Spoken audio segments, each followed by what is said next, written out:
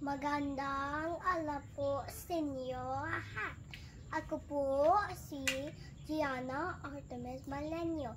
Apa ng kunang sa titila sa barangay Ictoba, Yangao, Iloilo.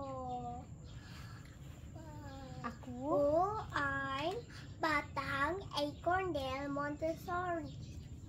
Batang Montessori, nagtiwala sa sarili, magaling at tanano, sa patunay at tunano, Filipino at wika, dinggil, katwa bata, musika, sa mga nahi, Dangal ng ating lahi.